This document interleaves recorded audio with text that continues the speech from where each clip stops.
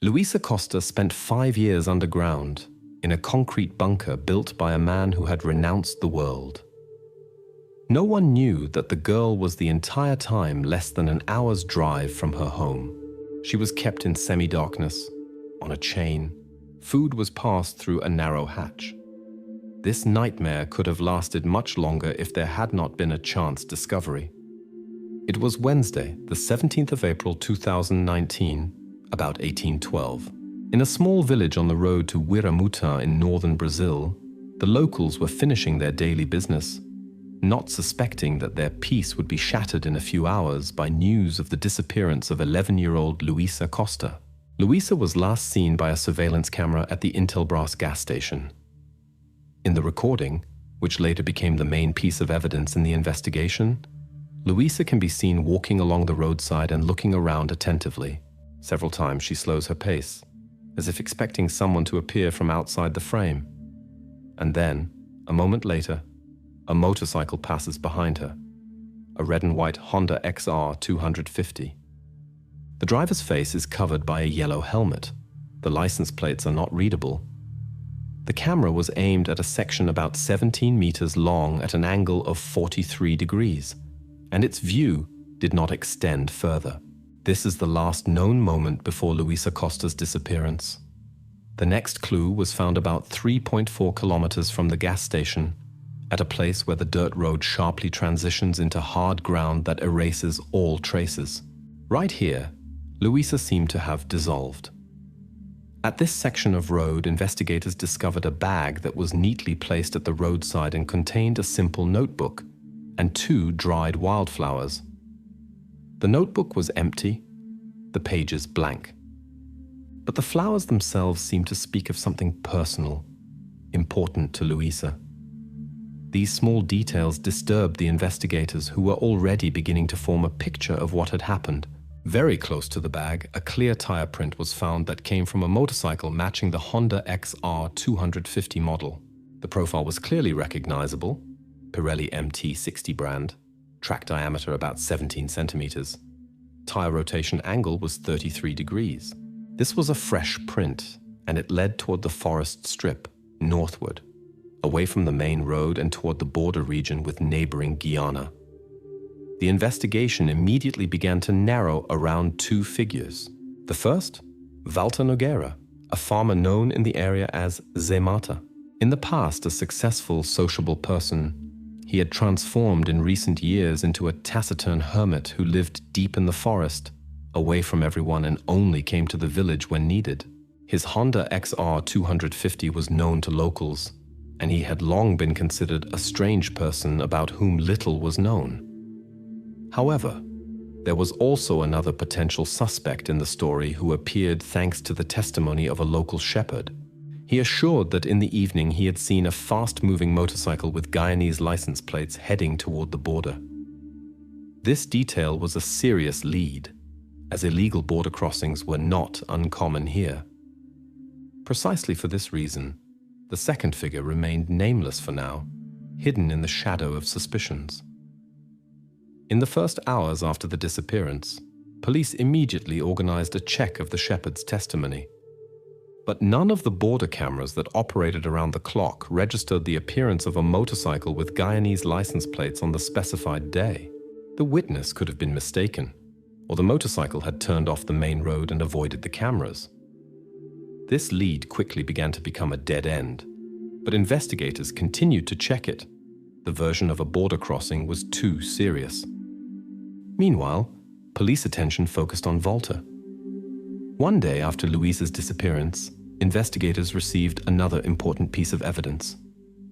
A video camera installed in a small store 18 kilometers from the disappearance site had clearly recorded a Honda XR 250 with Walter at the wheel.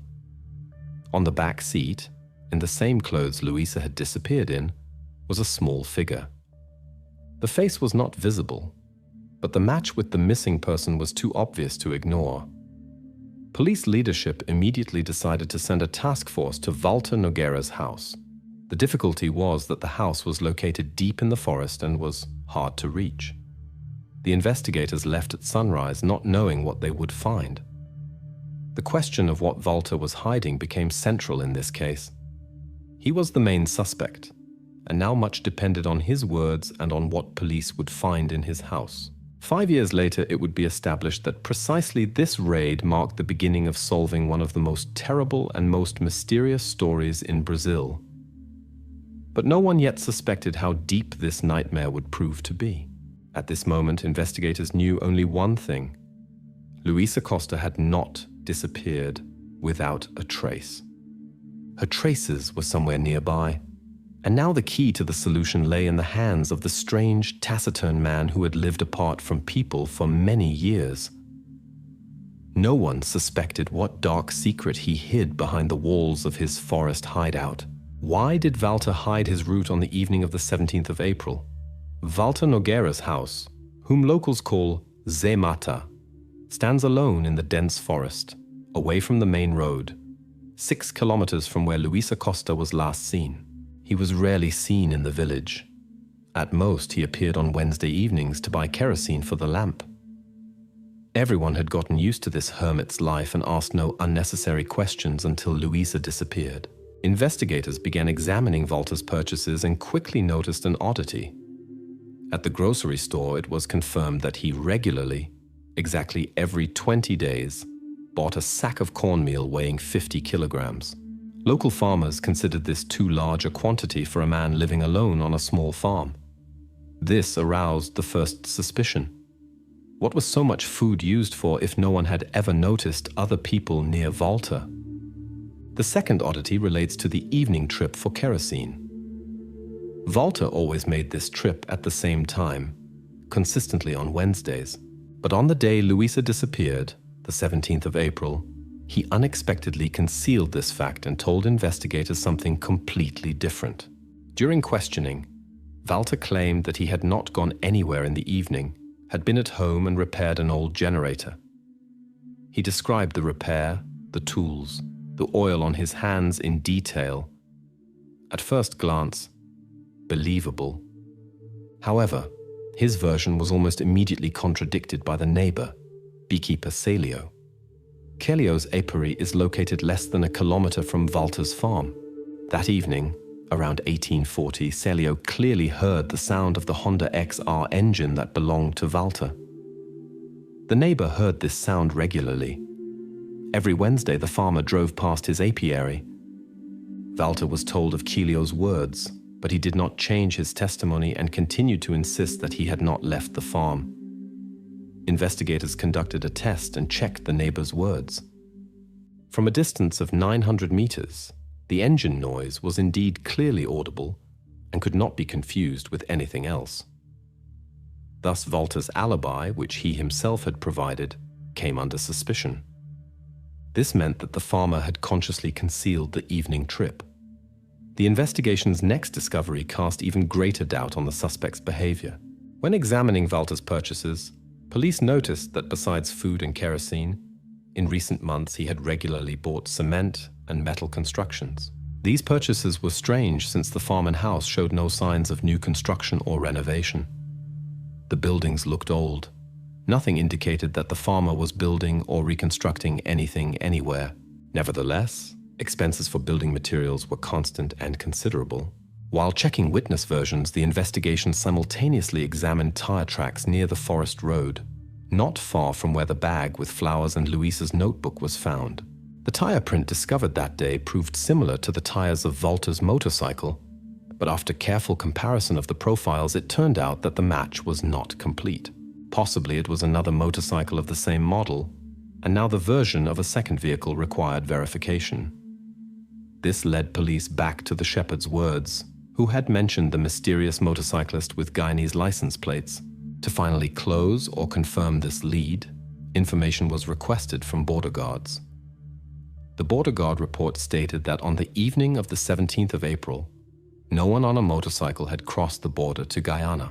Thus, the shepherd's testimony about the Guyanese motorcycle was practically completely refuted, although the investigation had not yet drawn a final conclusion from this. It remained to focus on Walter. The suspicion was strengthened by his strange behavior. The the inexplicable purchases and the fact that he had consciously misled the investigation and concealed his evening activities. The police decided to find out in more detail what he was doing and where he was that evening from 18 to 20 o'clock, since it was precisely during this time that Louisa Costa disappeared. For the time being, the investigation could explain neither the regular purchases of unusual amounts of corn flour nor the building materials nor Walter's hidden route. All these details only strengthened the suspicions of his involvement in Louisa's disappearance, although they provided no clear answer about the suspect's motives or actions on the evening of the crime. The investigators understood that they were approaching an important discovery, but for now, the only reliable information was that Walter was not telling the whole truth and was obviously hiding important details of his life and schedule. The time from 18 to 20 o'clock remained the key period, and it was precisely on clarifying the farmer's actions during this period that the investigation now directed all efforts. Why did Louisa's family conceal her friendship with Celio? The Costa family house was always considered an exemplarily quiet place. Louisa's parents, ordinary village residents, never got into conflicts and kept to themselves. After their daughter's disappearance, the investigators carefully examined the family's environment and tried to find all inconsistencies and hidden details that could lead to solving the case. A few days after the investigation began, the police carefully checked Louisa's personal belongings. Among her things, they found a simple Nokia 105 mobile phone. In the device's memory, SMS messages were discovered that immediately aroused the investigators' special interest.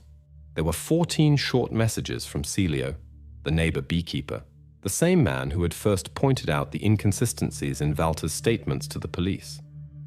The texts of the messages were simple but unusual for an adult man addressing them to Louisa. Celio invited her to the market in the village, promised to give fresh honey, and even asked when he could see her again at his beehive stand. At first glance, nothing suspicious, friendly, and open words. However, Louisa's parents had already been questioned earlier, and to the direct question about any contacts of their daughter with Celio, they categorically denied the existence of such relationships. They assured that Louisa avoided contact with him and was never on his territory. When the investigators again approached Louisa's parents and presented the discovered messages, the parents visibly tensed. Their explanations were confused and contradictory. The mother insisted that the daughter never responded to such invitations and avoided Celio, calling him a strange person. But the messages discovered on Louisa's phone directly contradicted the mother's words. There were no responses from Louisa herself in them. However, their number and regularity clearly indicated that Celio was in close contact with her, or at least persistently tried to establish such a connection. The investigators decided to check Celio's story more thoroughly. He was immediately brought to the station to make a statement. Outwardly, he seemed completely calm and quickly confirmed that he had sent messages to Louisa. He explained this by saying that the girl had once shown interest in the beehive stand, and he simply wanted to maintain friendship with the Costa family through her by offering a simple and good gesture. Nevertheless, Celio could not explain why Louisa's parents denied their contact. Against the background of these events, the police decided to detain Celio for additional checks. In response, he quickly presented a bus ticket that confirmed his trip to the city of Boa Vista on the 7th of April, 10 days before Louisa's disappearance. According to the ticket, Celio had left early in the morning and returned the same evening, which theoretically provided him with an alibi and spoke in his favor. However, the investigators noted that the ticket only confirmed a specific day and could not completely dispel suspicions regarding Celio's neighborly contacts with Louisa. Meanwhile, other investigators continued examining the video recording from the gas station where Louisa was last recorded. Technical experts performed time correction on the surveillance camera and were able to highlight individual details of the recording more clearly. The investigation's attention returned again to the Honda XR motorcycle that appeared in the image. Now it became obvious on the recording that the yellow helmet on the driver's head was not only bright and conspicuous, it was unique and recognizable. The investigators established that exactly such a helmet belonged to the hermit farmer, Walter Nogueira. This meant that it was exactly Walter at the wheel at the moment when Louisa was walking along the roadside and disappeared. Calio remained on the sidelines of the investigation for now despite the suspicions. His strange friendship with Louisa and the parents' denial of this connection could only be an unpleasant coincidence or the result of family misunderstandings. However, the investigation was in no hurry to finally clear him of suspicions. Now, two important directions stood before the investigators. The first was to clarify Calio's alibi and his true intentions regarding Louisa. The second was to decipher the mystery of the building materials and flour that Walter so carefully hid. It was precisely these details that should lead the investigators to the answer to the main question of the case. While the police were busy checking witness statements and clarifying the suspect's routes, a picture of hidden relationships and secret connections began to emerge within the case that could be much more complex than they seemed at first glance. The Costa family, which until then had appeared exemplary and ordinary, was hiding something important, although the reasons for such secrecy remained incomprehensible for now. The investigation was approaching the truth, but understood that these were only the first steps on the path to completely deciphering Louisa Costa's disappearance.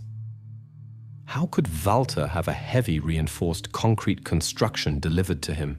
At the beginning of June 2019, the Louisa Costa case reached a dead end.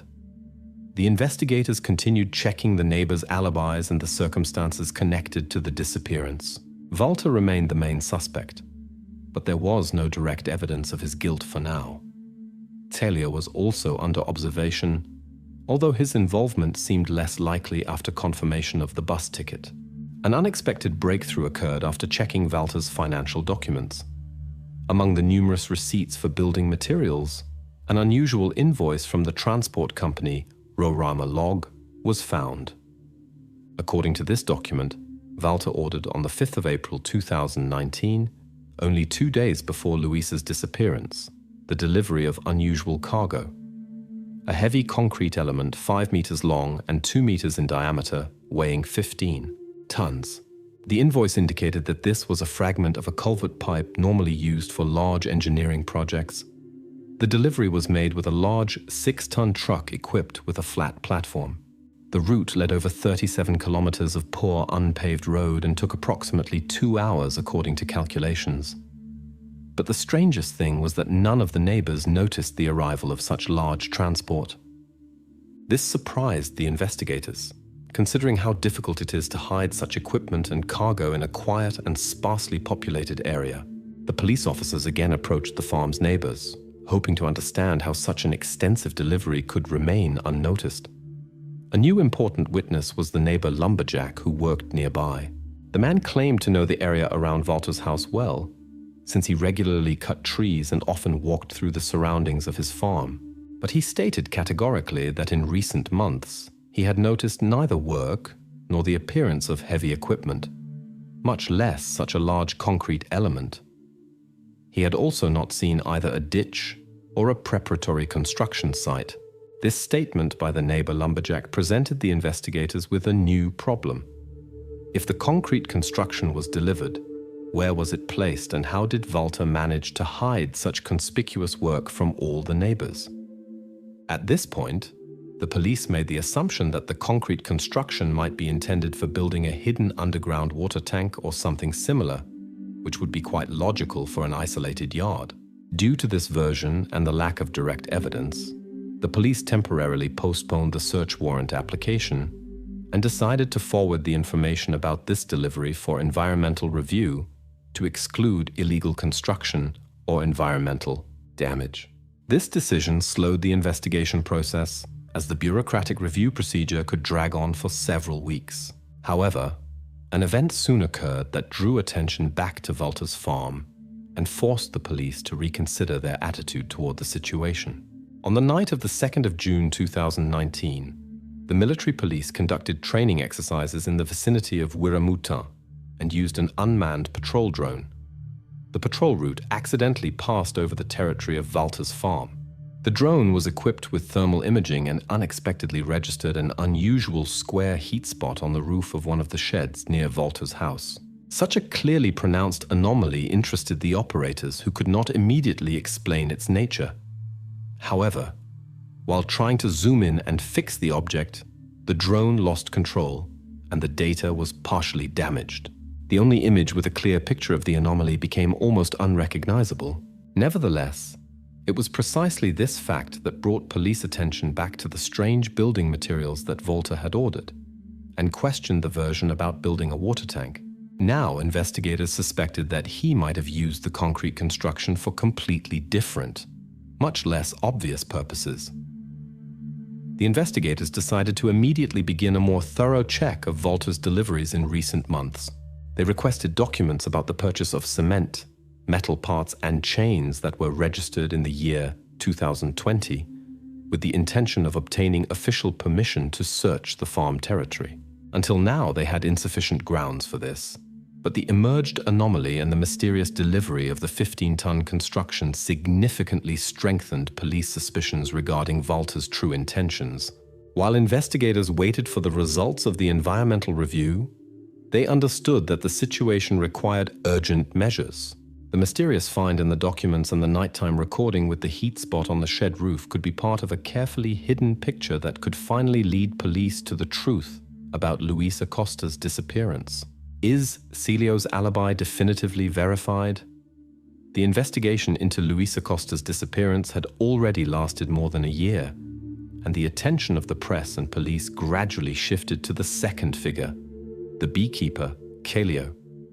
Although Celio had earlier presented a bus ticket confirming his absence from the village on the 7th of April 2019, the media continued to actively consider him as a potential suspect. Louisa's parents stubbornly remained silent about their daughter's relationships with this man, which only strengthened suspicions. In August 2020, the police received the long-awaited results of the analysis of Celio's phone connections for the period from the 6th to 8th of April 2019. The phone company data confirmed that his mobile phone registered exclusively with towers located in the city of Boa Vista all these 3 days. This meant that Celio could not physically be in the village of Huiramuta on the specified dates, including the morning and evening of the 7th of April, which completely confirmed his statements. Additional evidence also appeared thanks to social networks. During the verification, Celio's official Facebook account was found, where on the 7th of April 2019 a series of photos from the local market in Boa Vista was published, where he was trading honey. In one of the photos, Celio himself is clearly visible next to his stand with the exact publication time indicated, 14:34. This also matched the connection data and definitively proved the truthfulness of his alibi for the date, 10 days before Louisa's disappearance. Nevertheless, investigators still had the question of why Louisa's parents categorically denied any connection of their daughter with Celio from the beginning. During repeated interrogation, the parents confessed that they had intentionally concealed their daughter's friendship with the neighbor, fearing that this might prevent police from focusing on the main suspect, Volta. In their opinion, Celio was not involved in Louisa's disappearance, and any mention of him could only confuse the investigation. However, the parental tactic proved to be flawed. The press immediately picked up the story with the messages and friendship between Celio and Louisa and inflated the hype around the beekeeper. He became the main object of media suspicion for some time, although police had already received weighty evidence of his innocence. Although Celio's alibi was ironclad, journalists persistently pursued him hoping for a sensation. Celio constantly faced questions about his relationships with the Costa family and was forced to publicly demonstrate tickets, photos, and phone company statements. All this confirmed his innocence and gradually convinced the public of his innocence.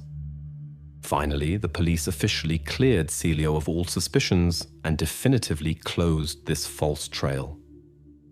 At exactly this moment, when media attention was focused on Celio, a new important document fell into investigators' hands.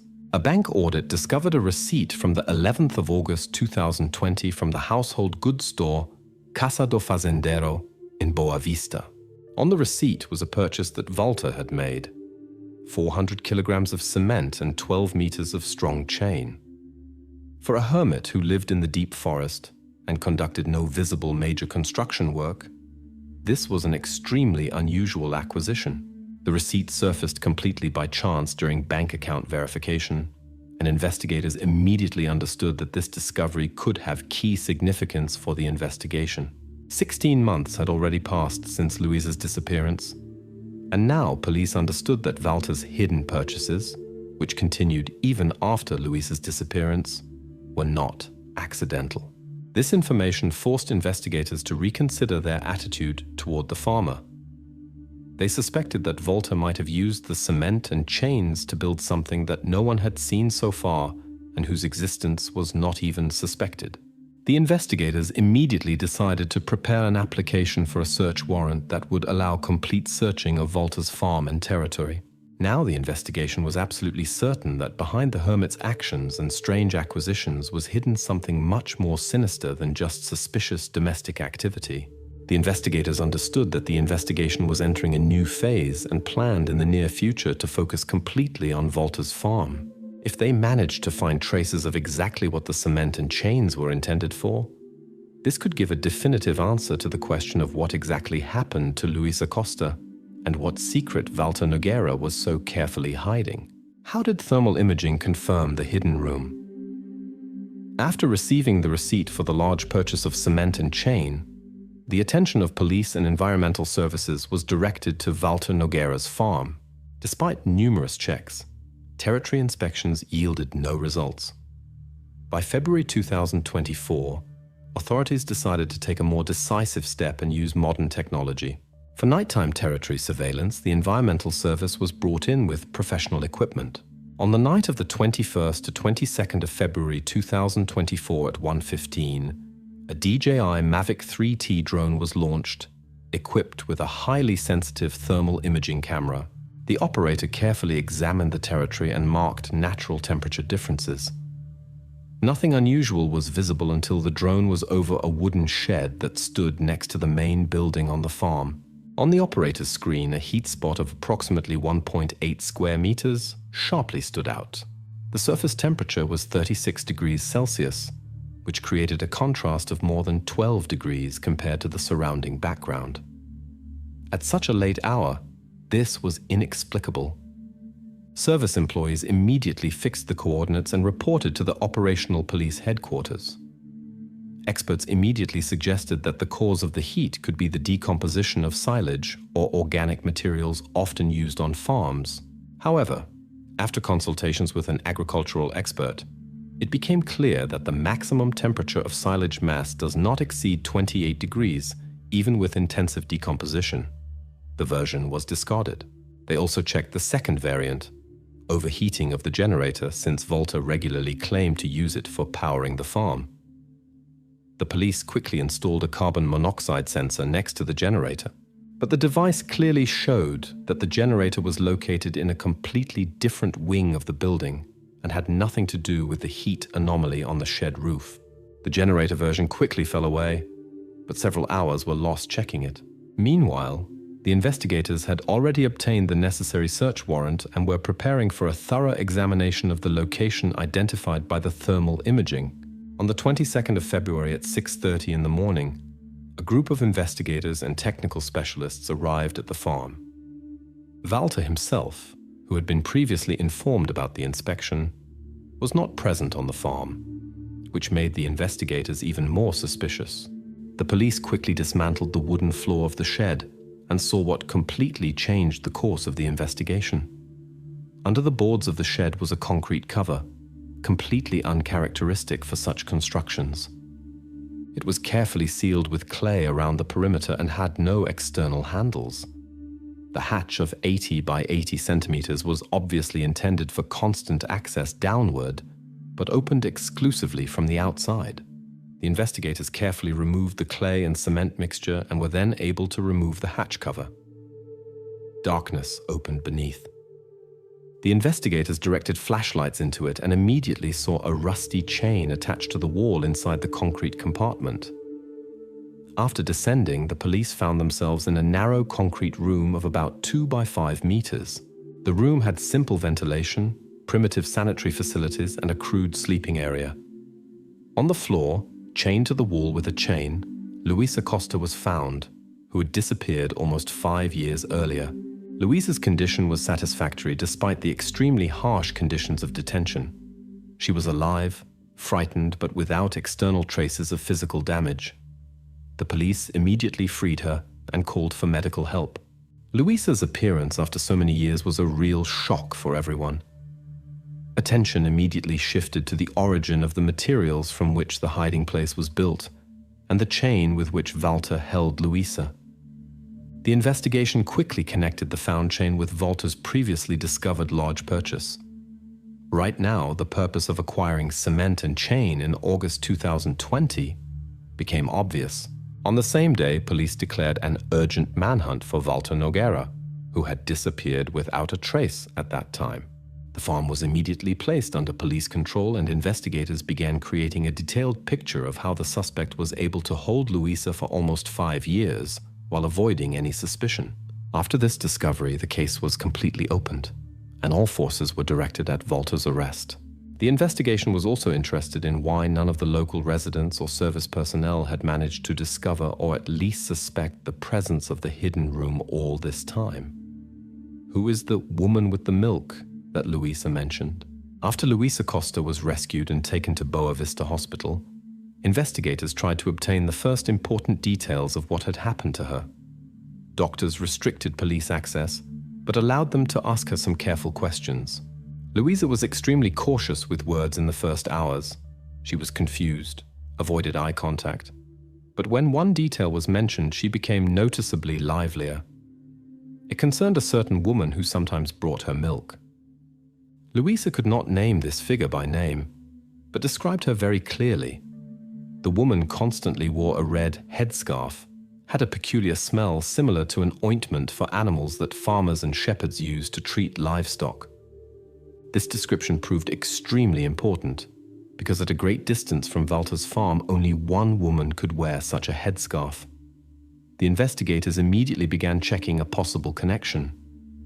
Within about 30 kilometers of the farm, indeed, only one shepherdess lived who often wore such headscarves. This was the local peasant woman, Marisa. When checking veterinary journals, it turned out that Marisa was indeed registered on the 11th of September 2019 in a section next to the territory of Walter's farm. She was treating a sick cow. It seemed that this coincidence confirmed Louisa's words and added a new important trail to the case. The investigators immediately went to Marisa to ask her direct questions. However, the woman categorically stated that she had never been on the territory of Walter's farm and had not even come close to his house. She confirmed that she had treated a cow not far from the farm, but clearly pointed out that she had never communicated with anyone from that house, and Louisa herself was an unknown name to her. To verify Marisa's words, the police conducted a thorough examination of her stable and house, took soil and surface samples for possible presence of Louisa's DNA. The analysis results came quickly and were absolutely clear. No traces of Louisa on Marisa's territory were discovered. Nevertheless, local media, who learned about this version, managed to inflate a new scandal. Journalists put forward a loud hypothesis about Walter's accomplice, Marisa, who allegedly could have helped him hold Louisa. But after the publication of an official police statement confirming the absence of any traces and evidence of Marisa's involvement, this version quickly collapsed. The investigators were forced to publicly declare that the shepherdess had nothing to do with the crime and could not be the woman with the milk that Louisa had described. Meanwhile, doctors continued examining Louisa and trying to understand her physical and psychological condition after several years in the concrete room. The investigators, for their part, tried to clarify the origin of the materials that Walter used for his hiding place, especially the chain with which Louisa was chained. The bank audit data on the purchase of cement and chains had already been studied, but now a deeper technical analysis of the chain itself and the concrete construction was required to understand whether these materials were acquired in the same way, and who could have helped Walter with such complex logistics. Meanwhile, the investigators discovered in the concrete room itself, where Louisa had spent so much time, a drawing scratched into the wall with a sharp object. It was a primitive but clearly recognizable figure of a cow, and above its head a red headscarf was drawn, exactly the kind Louisa spoke about. Now it was clear to the investigators that the woman with the milk was not just Louisa's fantasy or distorted memory. This figure had a real basis and was an important part of the life she had led all these years in captivity. However, despite efforts, the identity of the mysterious woman with the red headscarf remained unknown. Marisa was completely cleared, and there were no other people in the immediate vicinity matching the description. This question remained open, and the investigators created a separate case that was to receive the number 02. But for now, it remained officially unsolved. At this time, police continued the active search for Walter, suspecting that he might be hiding far outside the state. Every new discovery on the farm gave important clues, but questions about who exactly and how could have helped Walter remained unanswered. Louisa continued receiving medical help, and police prepared to receive a detailed report from doctors about her condition. The entire focus of the investigation now shifted to the origin of building materials, their acquisition and delivery, as well as clarifying the connection with the figure of the woman in the red headscarf, who became the most mysterious and inexplicable part of this story, whose card paid for the eye bolt. After the discovery of Luisa Costa, the main question of the investigation became studying the actions and motives of Walter Nogueira. The suspect was arrested 3 days after Luisa's rescue and taken to the Boa Vista detention center. The police officers conducted a comprehensive examination of all his financial operations and discovered a new, unusual purchase that could become key evidence. In the bank documents, it turned out that Walter ordered an eye bolt with a diameter of 14 millimeters over the internet on the 2nd of June 2019.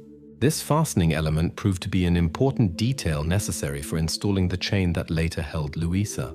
A surprise for the investigation was that the payment for the eye bolt went through the company account of the local church, Nova Luz. The investigation quickly showed that this church's account officially belonged to the deceased pastor, who had already died in July 2019. Walter was known as a member of this church's congregation in the past, and apparently he had access to their finances even after the pastor's death. The card connected to the church account was not blocked, which allowed Walter to use it for the purchase without arousing suspicion. During the search at Walter's, they found a diary under the heading "Sin Outside the Walls." A thorough examination conducted by specialists from the Effia Cruz Institute showed that the diary was filled with incoherent but obsessive thoughts about soul salvation through isolation and penance. This discovery allowed the investigation for the first time to look into the suspect's consciousness and at least partially understand his motives. The investigators questioned Walter extensively about the purpose and length of the chain he acquired. Originally, the chain was 12 meters long. However, the investigators discovered that a section of 3.5 meters was used, while the remaining part of the chain was neatly stored on the farm territory. When asked what exactly such a chain length was needed for, Walter refused to answer. Then the investigators expressed the assumption that the remaining chain was intended in case of necessary extension or security for the future. Walter himself remained silent, but his silence confirmed the investigation's assumption. Meanwhile, Walter's defense tried to use the diary's content and his unstable reasoning about soul salvation as evidence of mental disorder. The lawyers filed a motion for conducting a psychiatric examination in hopes of declaring him incompetent. This would have given Walter the opportunity to escape standard prosecution and go to a closed medical institution instead of prison. Psychiatrists conducted a thorough examination that lasted almost a month. Walter described in detail his beliefs about the necessity of isolation for spiritual purification and explained his mission. Nevertheless, the medical specialists came to a clear conclusion that the suspect fully recognized the illegality of his actions and could control his behavior. The psychiatrists' conclusion became a severe blow to the defense, as it completely destroyed their main strategy. Now the investigators had all the foundations for a full trial against Walter. They had clear evidence of how he bought materials, how he used church funds, as well as his real motives that were extensively reflected in the diary. In the case files, a diagram of the underground room of 2 by 5 meters was already prepared. where Louisa had spent almost 5 years. On the diagram, the eye bolt, the chain of 3.5 meters in length, and details of the ventilation system were clearly marked, which was camouflaged by the noise of the generator installed 300 meters from the nearest neighbors. The final chord of preparing the court case was the official charge against Walter for kidnapping and unlawful detention of Louisa Costa. The charge emphasized that Walter acted rationally, secretly, and with clear understanding that his actions were illegal. Now all facts indicated that he had planned his actions in advance and carried them out consciously. The investigation was about to prove in court that Walter had not only committed a serious crime, but had done so intentionally, based on the distorted ideas described in his diary. The deceased pastor's card used for purchasing the fastening became the final element connecting Walter's crime with his past and confirming his cynical calculation. Walter awaited trial, and the investigators prepared to close the case definitively. The court proceedings were to be the final stage after which the story of Louisa Costa's disappearance could finally find its logical completion. The trial against Walter Nogueira, whom locals knew as Zé Mata, lasted almost a month. All streets around the courthouse were blocked. The hall filled to bursting, dense silence hung in the air. The judge read the final conclusions of the investigation and the prosecution's charges. Walter was found guilty of kidnapping and unlawful detention of Louisa Costa. The court definitively established that the reinforced concrete construction delivered to the farm 2 days before Louisa's disappearance was originally planned by Walter as an underground isolator. The 400 kilograms of cement purchased later were used by him to seal the entrance hatch, which was confirmed by construction expertise.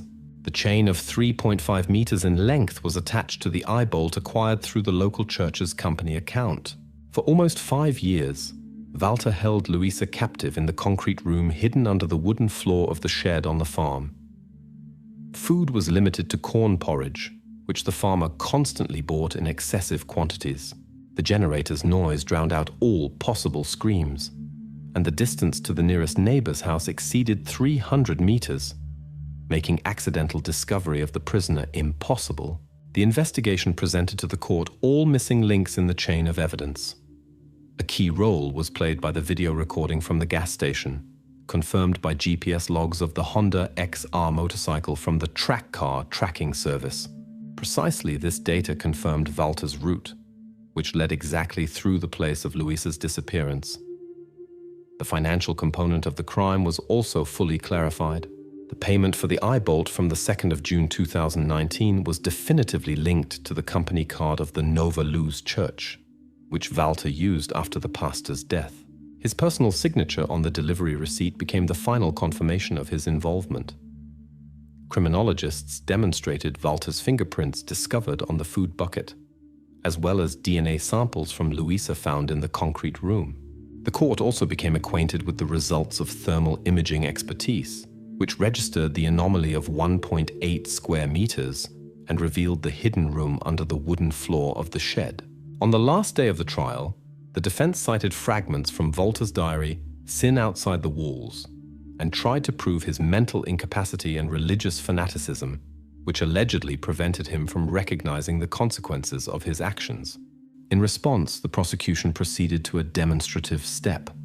Directly in the courtroom, the chain with the eye bolt was displayed on a special stand, which had to be removed with an angle grinder. The sound of the working tool filled the courtroom and demonstratively reminded all present of what had been happening all these years in the underground room. During this demonstration, Walter unexpectedly broke into screaming, shouting something incoherent about light and salvation. The judge immediately ordered the escort to remove the defendant from the hall. The court continued after a brief recess, and the defendant's emotional performance had no influence on the decision. That same day, the court announced the final verdict. Walter Nogueira was sentenced to 34 years in prison under Articles 148 and 217A of the Brazilian Criminal Code, qualified as a serious crime. Experts from Boa Vista Hospital read a detailed report on Louisa Costa's condition at the time of liberation. She weighed only 27 kilograms. She was diagnosed with severe anemia, chronic hypovitaminosis, pronounced rickets, and prolonged amenorrhea.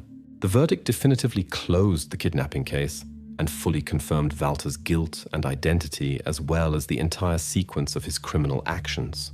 Nevertheless, two details remained officially unresolved and were classified as secret by the court. First, the identity of the mysterious woman whom Louisa referred to as the woman with the milk was never established. This investigation direction received a separate number but was suspended due to lack of new data. No statute of limitations applied to it. Second, the role of the pastor and the Nova Luz Church was limited by the court only as negligence and carelessness in managing company accounts after the owner's death, without criminal elements. Thus, the case of Louisa Costa's disappearance was officially closed and entered the criminal history of Roraima State as one of the most unusual and cruel crimes committed in the region in recent decades. Walter Nogueira was sent to a maximum security prison, and Louisa herself began a slow and difficult recovery that could last many years.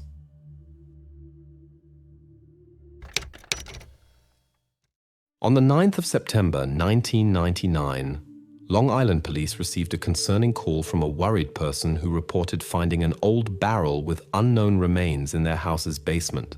Investigators arrived at the scene and met the concerned homeowner, Ronald Cohen.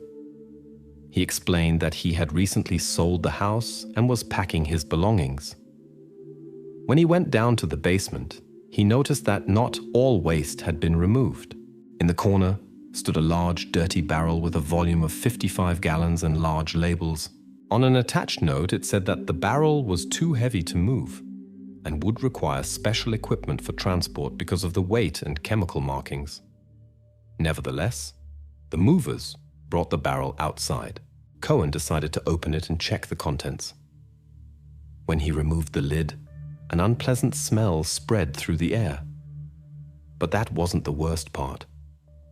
On the surface, he saw a hand and women's shoes with high heels.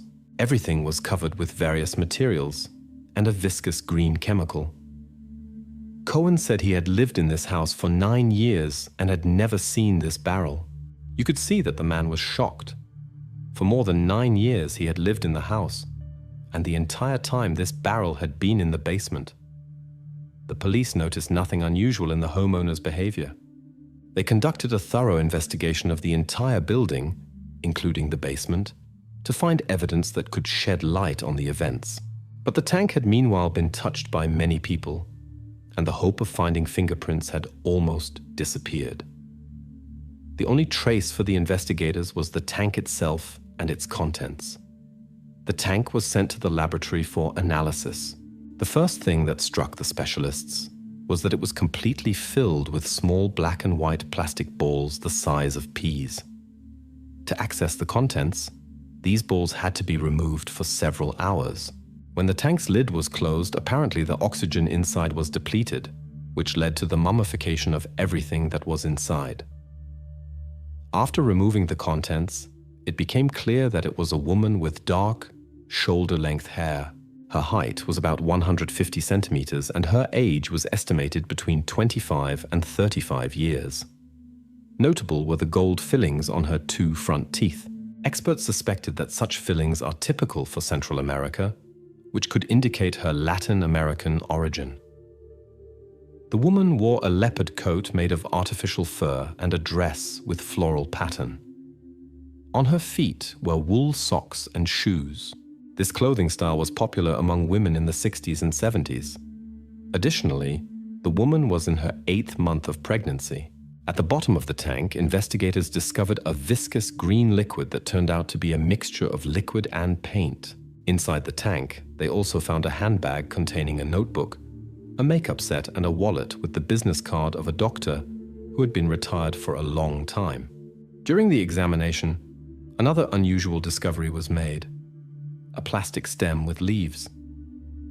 This object would later also play a role in the case. The bag contained no identity papers, but there was a notebook. The notebook was heavily damaged. Many entries were smudged or illegible. Therefore, it was given to specialists for information recovery. While experts restored the entries in the notebook, Investigators checked all cases of missing Latin American women in the last 10 years.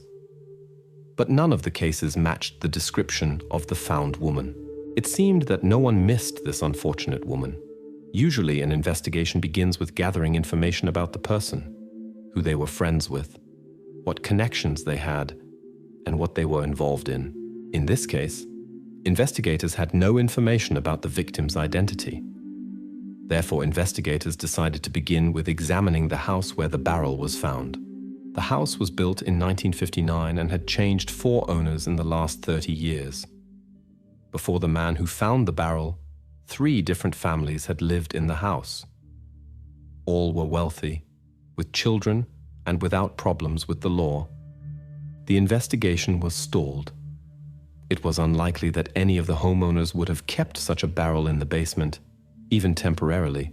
When reviewing the case files, the investigator found that all crucial evidence lay directly before him, in the barrel itself. His attention was drawn to the inscriptions on the barrel, one of which read, Rome, New Jersey. It turned out that Rome was a factory for manufacturing barrels. The investigator then went to the factory to continue the investigation. One of the factory workers explained that according to federal regulations, every manufactured container must be marked, since many of them are used for storing hazardous substances. This marking helps track the containers. Every number on the container carries information. For example, 55 indicates the container's volume, 55 gallons. The number 3 stands for the container's wall thickness, which is 3 millimeters. The number 63 shows that the container was manufactured in March 1963. On the green sticker attached to the container is the logo of a chemical company that had previously bought these containers from the factory. The investigator found out that this chemical company received new owners in 1970. They reported that production of the green paint from this container was discontinued in the same year. The plastic balls found in the barrel were used to manufacture various objects like toys, chairs, and decorative flowers.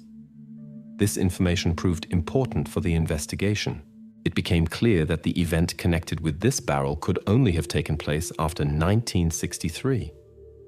The described events date from the 70s when the green paint production line was discontinued and barrels were manufactured.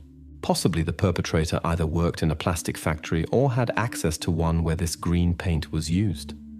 However, searching for such a person after 30 years could take a very long time and lead to no result. Meanwhile, experts received the results of analysis of the notebook found in the container. Using modern infrared technologies, they managed to restore the information on the notebook's pages, and the almost vanished entries became readable. The decryption of the woman's identity lay directly before the investigators' eyes. On the inside of the cover, they noticed a number preceded by the letter A. Presumably, the woman came from Latin America, and this number could have been her registration number. In the United States, every migrant receives a unique number. After the investigator contacted the Immigration and Naturalization Service, he could obtain information about the person with the specified number. It turned out to be a woman named Reina Angelica Marquin, who arrived from El Salvador in August 1966 at the age of 25. Reina's identity was confirmed by a photo from 1960 and her name.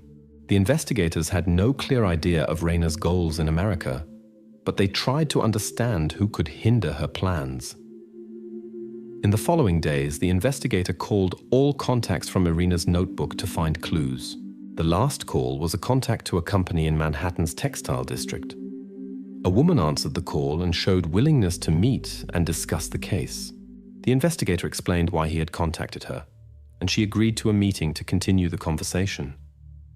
When Katie Andrade looked at the photo, her eyes filled with tears, and she whispered softly, "My God, she's no longer with us." The investigator, who stood beside her, nodded silently, and Katie began to tell a story that she had kept in her heart for more than 30 years. In the distant year 1967, Katie first met Reina in a Catholic church in Manhattan, New York. When she heard the familiar accent in her voice, Katie couldn't help but approach her and ask, "Do you happen to come from El Salvador?" Raina smiled and answered affirmatively. "I do too," Katie exclaimed joyfully. Thus began their close friendship, connected by their common homeland. Raina shared her difficulties with Katie about the divorce and moving to New York the previous year in hopes of a new life. She worked in a factory in the city center and lived in a Catholic home for girls. Despite all difficulties, Raina always kept a smile and the desire to learn. Raina was known and respected among the members of her church who loved and appreciated her. Every day after work, she diligently studied English. She met almost daily with her girlfriends to discuss the news and events of the day. Especially often, Raina told stories about her beloved whose name she kept secret, even from her best friend. This man remained a mystery, but one day Raina confessed to investigator Katie that her friend was married and they could only meet on certain days. Katie was very worried about her friend and often advised her to be careful, warning, "Such relationships can lead to unexpected consequences." Raina answered calmly, "I'm already expecting a child. Everything will be fine. My friend has promised to leave his wife and rent us an apartment." And strangely enough, this mysterious man kept his promise. After he rented the apartment, he insisted that Raina quit her job. He worried about her health and the health of their future child. Katie, however, thought that the real reason was that he didn't want anyone to know about Raina's condition since he was married. Despite everything, Raina and Katie remained in weekly contact. If Raina didn't call first, Katie herself made contact. Raina always seemed satisfied and happily told Katie that her friend would soon leave his wife. Every month, her friend brought Raina to the doctor, took care of her, brought her food and everything necessary. It seemed that she lacked nothing. Katie believed that everything was going perfectly for her friend. One evening, at the end of the workday, the telephone rang in the office where Katie worked. Katie picked up the receiver and heard her friend Raina's worried voice. Through her tears, Raina told that she had met her beloved's wife. In panic, she repeated that he had told her that she had done it for nothing and that all his promises had been lies. In the 8th month of her pregnancy, tired of waiting for her partner to tell his wife the truth, Raina decided to tell everything herself. After calming down somewhat, she told Katie that she had already called her friend's wife and told her the truth. In response, her beloved called Raina and showed himself very dissatisfied with her behavior. Katie dropped everything and hurried to her friend. When Katie arrived at Raina's apartment, she noticed that the door was ajar. She went in and called several times for her friend, but there was no answer. When Katie entered the apartment, her gaze immediately fell on a shoe that lay on the kitchen floor. On the kitchen table stood a dish that was still warm. Worried, Katie immediately went to the police station. There they listened to her attentively but refused to file a report because too little time had passed since the incident. The investigators knew cases where men disappeared with pregnant lovers and therefore didn't want to spend resources searching for the woman. But Katie was sure that her friend was in danger. Back at work, she tirelessly dialed her number, but no one answered. Concern for Raina didn't leave Katie for a minute, and she thought about her every day. Not knowing who to turn to for help, and having no contacts with her relatives in El Salvador, Katie felt completely helpless. Since then, Katie heard nothing more from Raina, but was always convinced that something terrible had happened to her friend. After investigators obtained the address of the Catholic orphanage from Katie where Raina used to live, they were able to find all necessary data. From the documents, it emerged that Raina lived there for a certain time, with exact dates of her arrival and departure. According to Katie, Raina left the orphanage in the 2nd or 3rd month of her pregnancy, and she was found in the 8th month. Thus, it was established that Raina ended up in the barrel in March or April 1967. Thanks to Katie's information, investigators also learned that Raina had an affair with a married man, just like the 3 previous owners of the house where the barrel was found. Investigation of the property documents showed that the part of the house where the barrel was stored did not belong to the original plan of the house. This addition was only erected in 1981. This suggested that the barrel could have gotten into the basement at that time. Investigators had to find out who had carried out this addition. Investigators focused on Stan Miller, the second owner of the house. Miller reported that he had moved into the house in 1972 and immediately learned about the illegal addition. In 1981, he had all necessary documents issued. He also knew about the existence of the barrel but thought it had been left over from construction work and paid it no attention. He advised investigators to speak with Howard Aarons, who had lived in the house before him. Investigators established that Howard Aarons was 40 years old at the time when Rayner ended up in the barrel, was married and father of 3 children. Although he was considered a law-abiding citizen, investigators noticed one circumstance. The success of his career was connected to his father-in-law, who had made him a partner in a plastic products company. At the bottom of the container were green paint and a plastic sheet. The first owner of the house, who worked in a company that manufactured such materials and artificial flowers, used this paint for coloring products. Wilkins worked almost 2 decades in this factory together with his father-in-law and a colleague named Alvin Hauptmann. When the company closed in 1972, he sold his house in Chicago and moved with his family to Florida. Investigators set out for Florida to speak with Wilkins's father, but first they decided to check their assumptions and meet with his former partner Shantanu, who also lived in Florida. Malkin was shown the container, and he immediately recognized it, saying, "Yes, such containers were used for storing green paint." He also recognized the balls that were found in it. Investigators approached Hauptmann with questions about his former partner. Hauptmann told that Howard was a technically skilled, strong, and enduring person. He also mentioned that Vince had a young Latin American girlfriend with long black hair and gold teeth. Investigators understood that this was about Rayner. Hauptmann didn't remember her name but knew that she had worked in the factory for about a year and one day simply didn't come to work anymore, after which no one saw her. Hauptmann also remembered a strange incident. Once an angry landlord from New Jersey called him where Wilkins had rented an apartment for Regina. The landlord threatened that if Howard didn't pay the rent, all belongings would be thrown onto the street. When Hauptmann delivered the message, he immediately got in his car and drove away. In the evening, he brought back a television and a suitcase.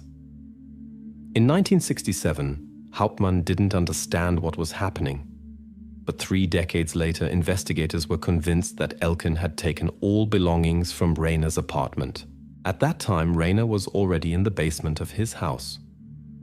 On the 9th of September 1999, a week had passed since Rayner was found under the house on Long Island. Investigators stood before the door of Howard's house in Florida. Howard looked shaken when he saw them.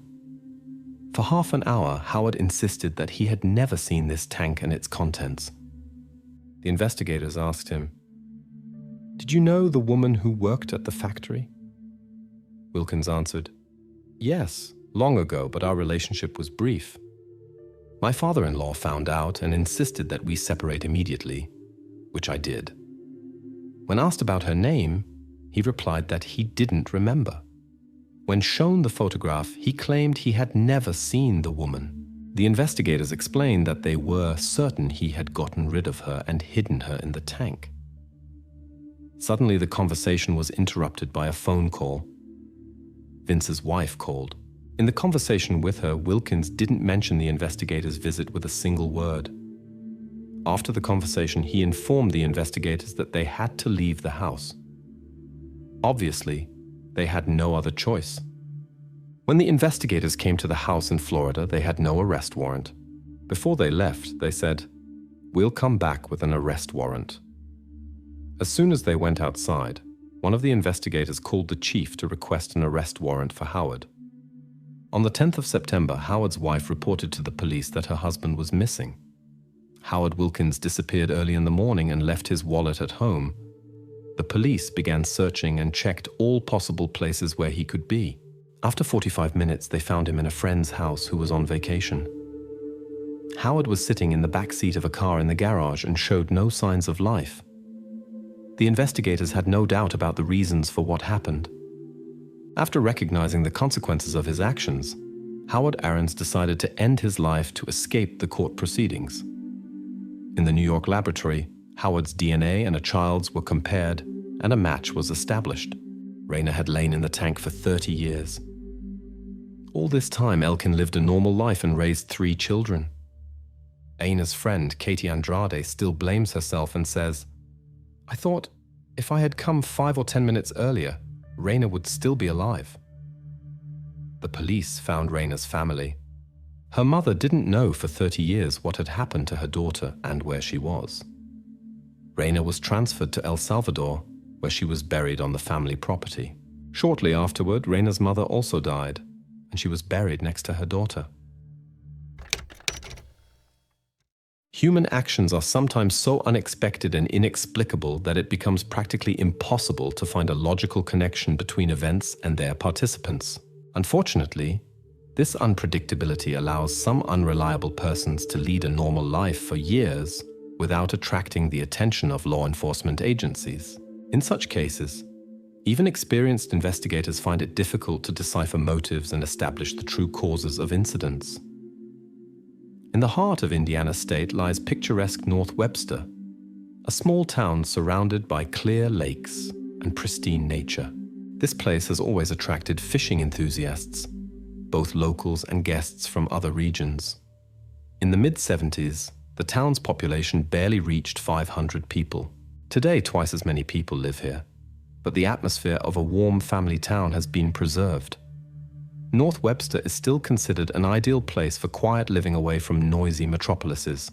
Here, everyone knew each other personally and trusted their neighbors like relatives. Children played freely on the streets, visited friends, and many residents didn't even see a reason to lock their doors. For years, speeding on local roads remained the most serious incident. But the year 1975 changed the town's usual rhythm of life. At this time, the Mitchell family lived here. The spouses married right after graduation. They had been together since school and always dreamed of a large family. Their first child, daughter Laurel, was born on the 24th of May, 1958. After 5 years, Sarah was born, and later the youngest son, Bruce, joined the family. The parents surrounded the children with love and care, creating a special atmosphere of warmth and support in the house. Neighbors often said the Mitchells were a model example of an ideal American family. Despite life's difficulties, the spouses always stood together and supported each other. The family was deeply religious. Every Sunday, all the Mitchells attended church. Laurel showed diligence in learning from childhood and possessed exceptional creative abilities. She sang in the local choir, performed at concerts in neighboring towns, and participated in social life. She strived to help people and worked at a nearby church camp. Community members often met her at religious gatherings. They saw how this friendly, positive young woman with a gentle character and strong will was growing up. Relatives believed in the great future of the eldest daughter, who always cared for the family and strived to support relatives. The summer day on the 6th of August 1975 began for Laurel as usual. She spent time with her younger siblings and waited for her parents' return from work. After lunch, around 14 o'clock, Laurel set off for her shift at the church camp. After saying goodbye to her family, she arrived at her workplace without incident, punctual as always. The plan was simple: work until 22 o'clock and then meet friends at the local park, which was 800 meters from the church. After the shift ended, a colleague whom Laurel was friends with offered to drive her to the park. However, the young woman decided to walk to enjoy the evening air. After about 10 minutes halfway there, she noticed acquaintances on the opposite side of the street. In a hurry to the meeting, Laurel only waved to them without stopping for conversation. This was the last moment anyone saw her. In the park, friends waited for her appearance.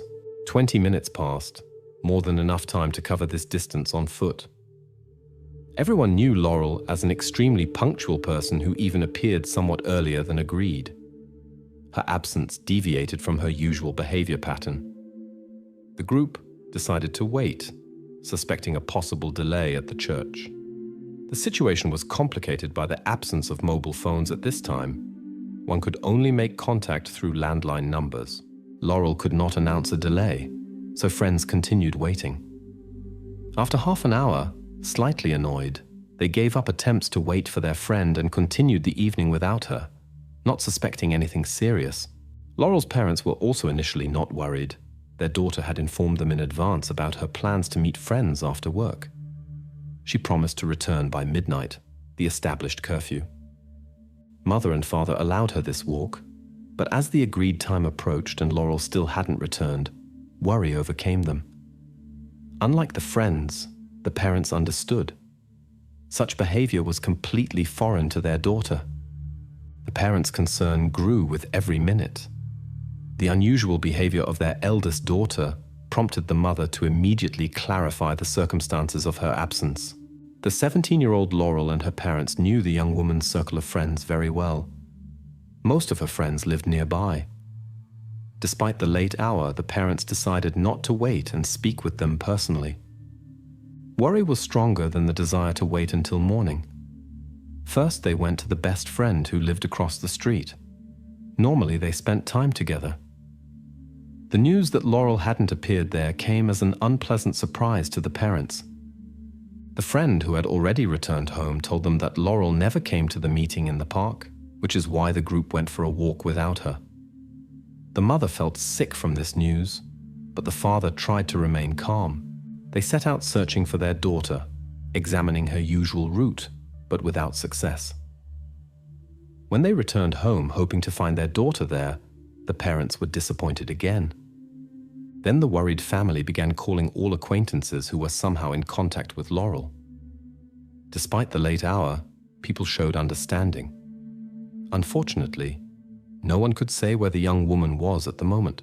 The family then turned to police and reported her disappearance. However, law enforcement officers began with the usual excuses. In their opinion, the 17-year-old young woman who was on her way to a meeting with friends had most likely either left home after an argument with parents or gone to visit acquaintances. Perhaps she had simply stayed longer at a party. The parents insisted that such behavior was completely atypical for Laurel, who spent most of her time at home and at church. But the police officers hesitated to listen. The Mitchells spent almost an hour at the station trying to convince officers of the seriousness of the situation. Their daughter would never have missed a meeting with friends and curfew. By this time, a large group of townspeople had gathered, concerned about Laurel's fate. In their quiet town where everyone knew everyone, such incidents were unthinkable. Thanks to the parents' calls, a whole group of volunteers ready to help gathered in front of the police station. Despite the nighttime hour, residents decided to participate in the search together with police. First, they examined the area around the camp and church that Laurel had to pass on her way to the meeting. They checked the young woman's entire route but found no traces. The search groups divided and combed through the town until dawn, but the search remained unsuccessful. At 10:30, the search for Laurel among the friends she was supposed to meet yielded no results. The last hope that the young woman was simply staying with acquaintances faded. The investigators carefully examined the missing person's environment. In conversations with the Mitchell family, the officers tried to find clues or suspicious connections. However, all checked contacts proved to be flawless. Laurel grew up in a sheltered environment, far from any problems with the law. Questioning friends brought no useful information for the investigations. In the young woman's life, there weren't even complicated relationships with a young man. She was not yet interested in dating and romantic relationships. The residents of this quiet small town could not believe in the possibility of something unusual. The local community, despite its small size, actively demanded from the police a quick resolution of the case. The investigators determined that Laurel met a group of acquaintances about 10 minutes after beginning her journey. She waved to them and walked past. The young people noticed her good mood and saw nothing unusual in the surroundings. At the same time, a man and his son were fishing several kilometers north of the city by the river. The idol was disturbed by something strange that was drifting with the current. The angler, interested in the unclear object, steered the boat closer. As he approached, he saw a young woman in the water. Shocked, the man thought she had become ill and accidentally fallen into the river. Hoping to help, he pulled her into the boat and tried to provide first aid. Despite the warm weather, the young woman was very cold. When all attempts at help proved futile, the angler and his son rowed to shore. When he saw a passing car, he asked the driver to call emergency services. At this time, Laurel Mitchell's disappearance had not yet been officially reported. No documents were found on the young woman, which complicated identification. The arriving officers noticed a ring with initials on her hand. The angler and his son were not from here and could not help with identification. After several hours, Laurel was reported missing. Based on the initials on the ring, it could be assumed that it was her. The parents later confirmed their daughter's identity. Initially, the version of an accident came up, a fall from the bridge due to carelessness or alcohol influence. But the parents quickly refuted these assumptions. They told that Laurel had been swimming since she was 4 years old, loved water and could have easily handled the current. The young woman did not drink alcohol, which relatives and friends confirmed. The bridge was not on her usual route. She had not planned to pass by there. Nevertheless, the investigators continued to pursue the version of a random incident. The representatives of law enforcement agencies met the relatives' version with skepticism. They pointed to the peculiarities of the large river with its strong undercurrents. In certain places, the currents were so strong that even experienced swimmers avoided these areas. The investigators suspected that Laurel might have accidentally gotten into the water or gone swimming, but could not cope with the current. This version was supported by the presence of specially cordoned off zones that were classified as unsafe for visitors. However, the forensic expert's opinion completely refuted the police's assumptions. The examination revealed multiple traces on the young woman that indicated a physical confrontation. The nature of the injuries pointed to self-defense. They were located mainly in the area of the arms and upper chest. The medical opinion established that the main cause was a head injury, and the river was probably used to conceal evidence. Unfortunately, the long stay in water complicated the collection of additional evidence. Even checking the version of a possible assault was not possible. Most traces were lost, and the preserved fragments could not be fully analyzed. In those years, DNA examination technologies were just beginning to develop, which significantly complicated the investigations. Despite the presence of objects with biological traces, their size was too small for quality examination. All found evidence, clothing, shoes, personal items of the young woman with suspicious traces, were archived. So many people gathered for the farewell ceremony that the church could not accommodate all the mourners. Many stood outside and expressed their support for the Mitchell family and hoped for a quick resolution of the case. The first significant turn occurred several months later. An unknown young woman called the police from a phone booth claiming to have information about the incident. But when the dispatcher began asking for details, the connection was cut off.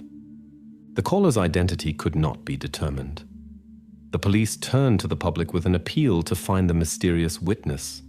They promised her complete anonymity and comprehensive protection.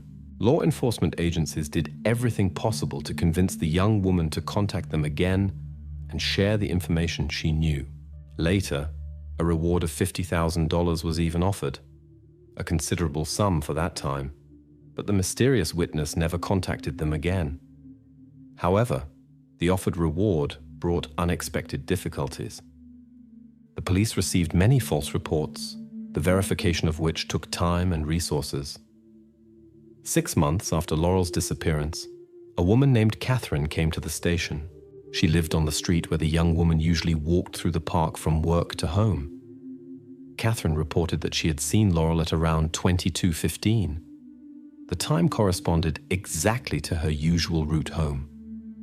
That evening, the housewife was going about her daily activities when a sharp sound from the street reached her attention. Judging by the noise, a car had braked sharply right in front of her windows.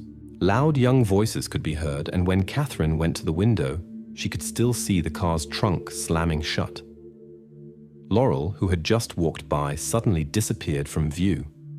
On the street stood a red car with several young people, which immediately raced away. The witness could recognize neither the car's license plate nor the faces of the occupants, but she remembered the car itself. Red, quite conspicuous for those times. The police immediately began checking all owners of similar vehicles in the area, but a month of searching remained fruitless.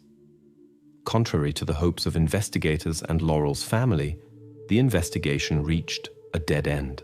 Only decades later did the case receive new impulses. In early 2010, modern genetic analysis technologies appeared that allowed a new look at the existing evidence. FBI specialists for psychological profiles were involved in the investigations.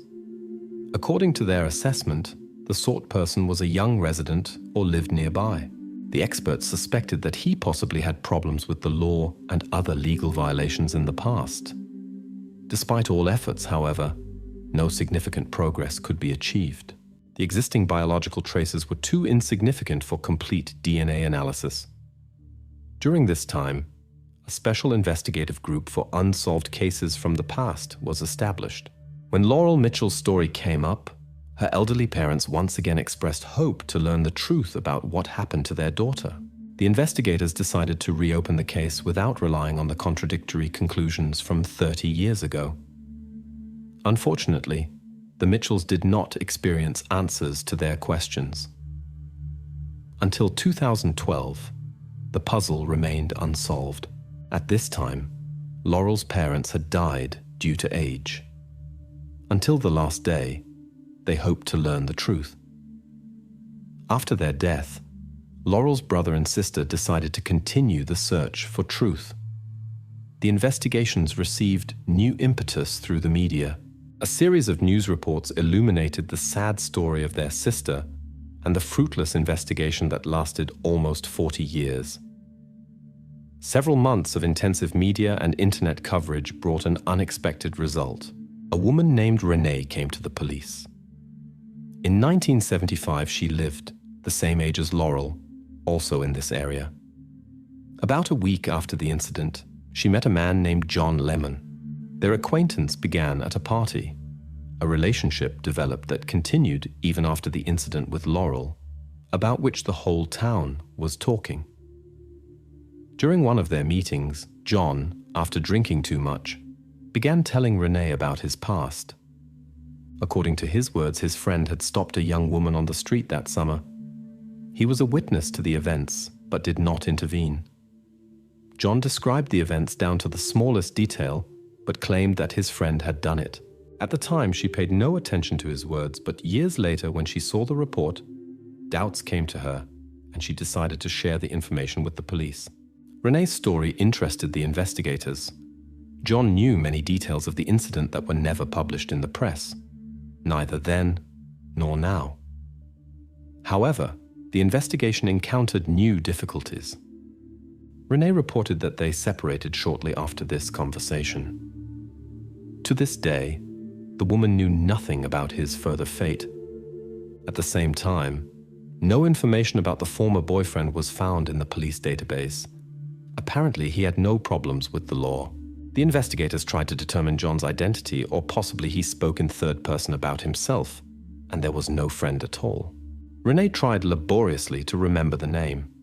Something that sounded like Bundy or Bendy appeared in her memory. When reviewing the case, the investigators decided to re-examine the list of all involved persons, old suspects, and witnesses. Among the many names, one particularly caught Renee's attention: Fred Bandy. His personality raised questions from the beginning. It turned out that several years after Laurel's disappearance, a young man named Bill contacted the police. He reported his acquaintance with Fred Bandy, a man without permanent residence, work, and education. Bill mentioned his uncontrolled aggression and alcohol problems. During a joint meeting, Fred shared a disturbing story about how he and his friend John stopped an unknown young woman on the street. According to Fred's words, they did this without reason, just like that. When the young woman tried to leave, Fred lost control. He continued his actions even after she lost consciousness. Fred confessed that he had completely lost control of himself. He and his companion took the young woman out of the city and eliminated all traces of the incident in the river. At this time, Bill's statement did not trigger a serious reaction. He did not know the young woman's name, and his words could not be verified. Later, the statements were added to Laurel's case, but the investigations did not advance due to lack of confirming evidence. After reviewing the documents, the investigators discovered a connection. The mentioned John Lehman, Fred's companion, was the same man who confessed to Renee. Now, genetic samples of the main suspects had to be collected for comparison. By the year 2019, technology had made significant progress. However, there was still no information about either John or Fred. The investigators gained access to modern equipment that could analyze even microscopic traces of biological material. In 2019, the re-examination of all evidence began: clothing, shoes, personal items, and jewelry of Laurel. Despite the latest technology, the process took almost a year. In February 2020, the investigations made an important breakthrough. During a re-examination of Laurel's clothing, criminalists discovered microscopic traces that had remained unnoticed for decades. The investigators had comparative materials. Fred's samples were stored in databases due to his previous offenses. The first comparison showed only an 80% match, not sufficient for final conclusions. However, after several repeated analyses with new methods, the experts obtained an almost complete match with Fred's samples. In 2023, the police decided to arrest Fred Bandy and his friend John Lehman. According to law enforcement, Fred had 3 cases of misconduct toward young women in the past. For all these episodes, he received only a short prison sentence. During interrogation, Fred confessed his involvement in Laurel's disappearance and mentioned that he acted together with John, who owned a red car in 1975. He tried to shift the main responsibility to his friend, but could not explain why only his traces were found on the young woman's belongings. Both men were taken into custody almost 48 years after the incident. Laurel's relatives expressed their bitterness that these people had led normal lives for decades, while the police unsuccessfully tried to find them. The arrested began accusing each other.